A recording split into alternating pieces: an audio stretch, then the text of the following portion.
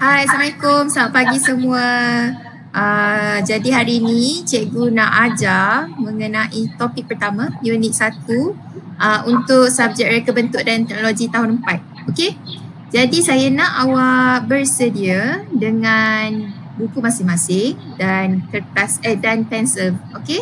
Awak kena dengar dan cuba fikirkan tentang soalan-soalan yang akan diberikan nanti. Okey. Alright, objektif pembelajaran kita pada hari ini adalah untuk mengetahui tentang peraturan keselamatan bengkel, peraturan keselamatan diri, peraturan keselamatan bahan dan simbol dan tanda keselamatan. Okay, jadi hari ini benda ni kita akan belajar. InsyaAllah senang je, jangan risau.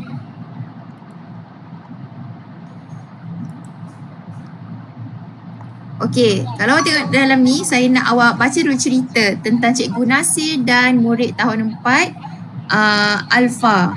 Mereka berada di luar bengkel reka bentuk dan teknologi RBT. Okey, saya bagi awak masa untuk baca dulu.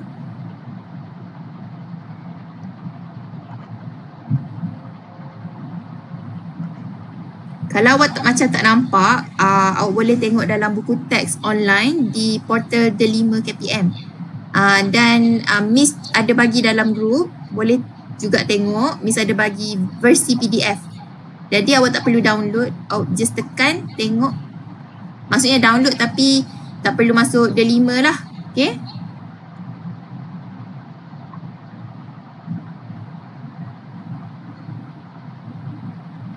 Okay, apa yang awak boleh tengok daripada cerita ni? Apa yang boleh simpulkan pada cerita ni? Okay, cerita dia adalah murid-murid ni macam awak, baru kali pertama nak masuk bengkel RBT. So, awak sebagai murid-murid tak tahu apa benda ada dalam bengkel RBT ni. Nak buat apa dalam bengkel RBT? Awak pernah pergi tak bengkel RBT? Dekat sekolah kita ada bengkel RBT, iaitu bengkel reka bentuk dan teknologi. Iaitu tempat yang awak akan buat banyak aktiviti seperti memasak, bertukang, semua benda yang berkait dengan reka bentuk. Okey, siapa kat sini suka sangat buat benda ke, cipta barang ke kan, benda yang inovasi-inovasi. Biasanya dekat RBT kita boleh tengok banyak alat-alatan, bahan-bahan dan sebagainya.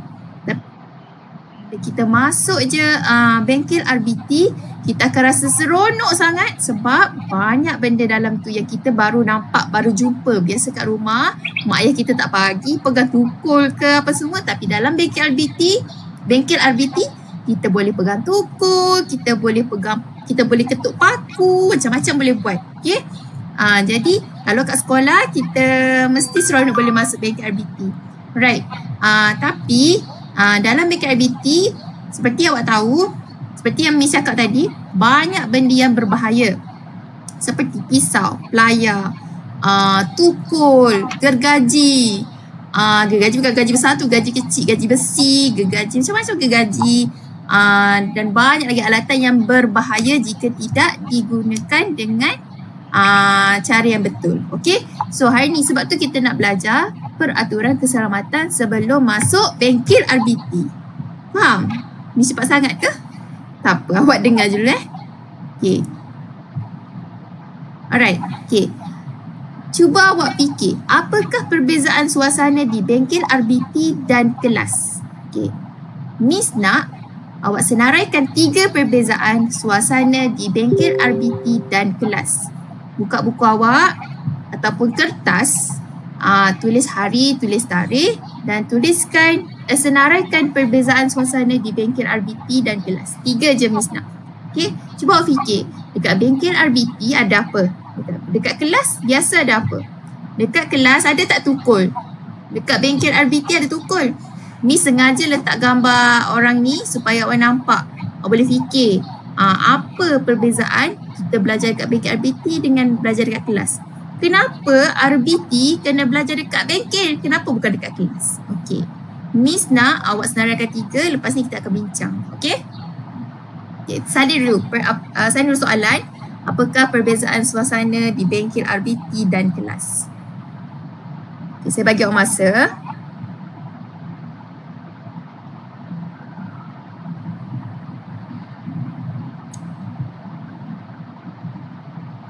Okay, jangan risau sebab masukkan di dalam YouTube, nanti awak tengok je.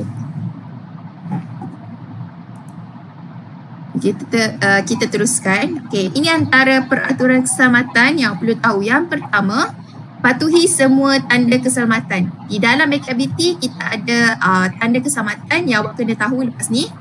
Okay, yang kedua, buka semua pintu dan tingkap bengkel sebelum memulakan aktiviti. Kenapa kita kena buka semua pintu dan tingkap bengkel sebelum memulakan aktiviti? Supaya ada pengudaraan. Kadang-kadang bila awak buat aktiviti, ada serbuk kayu lah, ada serbuk apa-apa macam-macam lah. Jadi awak kena buka semua pintu dan tingkap untuk pengudaraan yang baik. Okay. Yang ketiga, bersihkan meja kerja dan bengkel setelah selesai melakukan aktiviti. Sama macam dekat rumah, lepas makan kena bersihkan meja tak? Kena basuh pinggan tak? Macam tu lah juga awak dalam bengkel RBT, awak kena bersihkan meja kerja dan bengkel setelah selesai. Dalam bengkel RBT kita sediakan semua, ada penyapu, ada duster, semua ada. Okay, yang penting awak kena patuhi peraturan keselamatan. Okay, seterusnya adalah masih peraturan keselamatan dalam bengkel RBT. Yang keempat adalah letakkan beg di tempat yang disediakan. Gunakan alatan dan bahan setelah mendapat kebenaran guru. Jadi awak tak boleh suka-suka ambil je barang. Awak kena minta kebenaran dengan guru. Sebab cikgu takut benda tu membahayakan awak. Okay? Right? Boleh?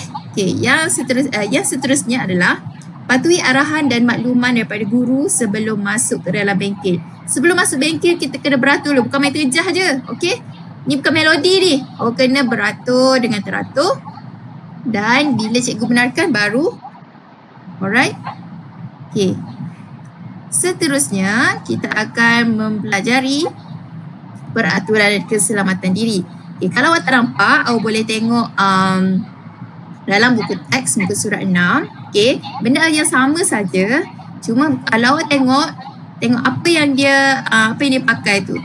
Kalau contoh awak ada rambut yang panjang, awak kena ikat rambut supaya benda tu tidak termasuk dalam mesin ke, kawan awak tak tertarik, kena tukul ke, tarik dengan pelayar ke, kan bahaya tu. Boleh berambut panjang tapi awak kena ikat dengan kemas. Okay, seterusnya adalah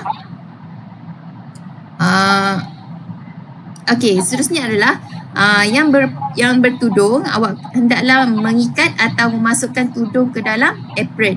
Apron ni sebagai alas, okay, sebagai alas supaya serbuk-serbuk kayu tu tak kena baju awak ataupun ada cat ke apa, tak kena baju awak, tak kotor lah.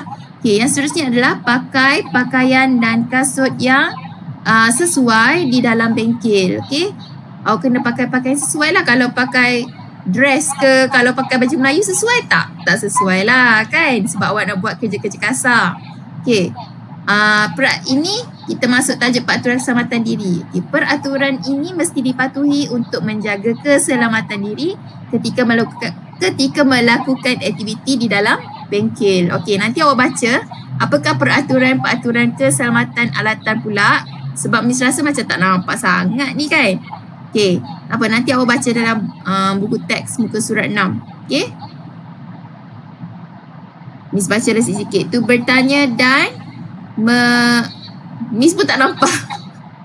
Okay, tak apa, nanti kita baca dalam buku 6. Okay.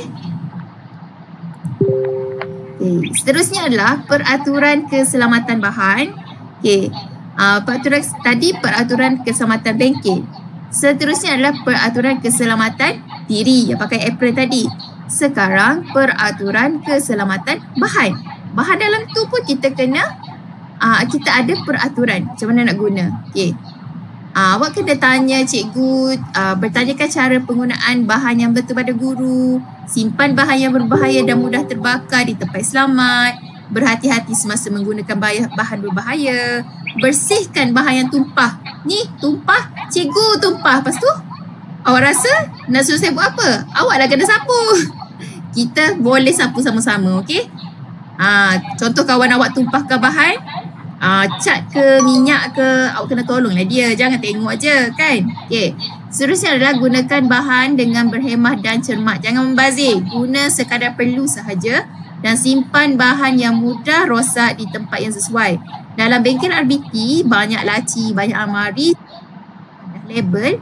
Nanti bila PKP dah habis, kita masuk bengkel RBT, okey? Kita belajar dalam tu, kita tengok apa kita boleh buat dalam bengkel RBT. Okey.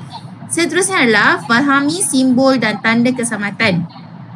Simbol dan tanda keselamatan adalah lambang atau pernyataan untuk memberikan peringatan tentang bahaya yang mungkin berlaku jika kita tidak mematuhinya. Okey, dia ada kod-kod sendiri dah, kod warna sendiri. Contoh merah apa? Larangan. Apa tu? Pemadam api. Kuning apa? Hijau apa? Biru apa? Putih apa?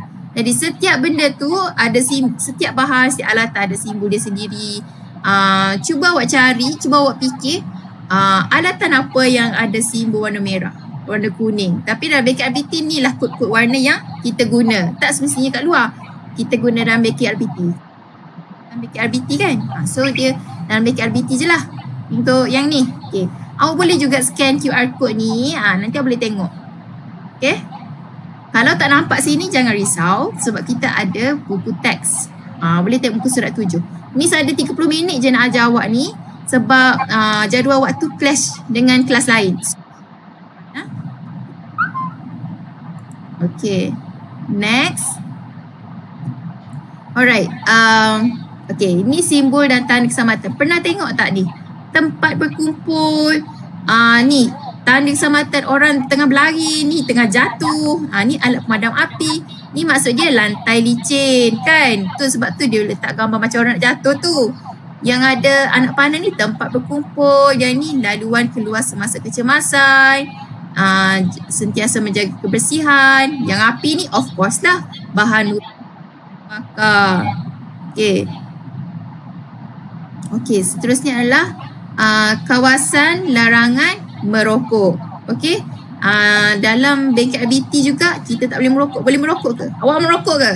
Siapa merokok mai sini nak kena. Okay.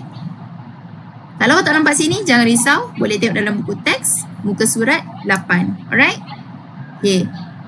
Ini tugasan awak bagi minggu ni. Yang pertama, bina 3 peta minda mengenai peraturan keselamatan bengkel, peraturan keselamatan diri dan peraturan keselamatan bahan. Tahu tak peta minda? Kalau tak tahu tak apa, nanti Miss tunjuk. Tapi saya rasa awak tahu kan peta minda. Boleh buat nanti Miss tunjuk contohlah. Okay, sebab awak baru naik tahun 4 kan. Okay, yang kedua adalah senaraikan dengan melukis 5 simbol dan tanda keselamatan yang boleh didapati di dalam bengkel RBT. Okay, untuk yang ni awak boleh tengok simbol dan tanda keselamatan yang kita belajar tadi. Dalam buku teks ada. Okay. Ataupun awak boleh Google. Sekarang kan awak kan pandai buka Google lah, kat YouTube semua kan. Boleh cari. Okay. So minggu ni ada 2 tugasan iaitu bina 3 peta minda dan senaraikan atau dengan melukis 5 simbol dan tanda keselamatan. Okay. Dah siap buat dalam kertas ataupun buku. Okay, awak kena ambil gambar dan hantar dalam grup tugasan saya. Okay, grup tugasan RBT. Faham ya? Okey, jadi itu sahaja untuk minggu ni. Sekian sahaja. Kita jumpa lagi minggu depan. Kalau ada masalah boleh tanya dalam grup. Alright? Okay, Assalamualaikum. Terima kasih semua. Selamat pagi. Bye-bye.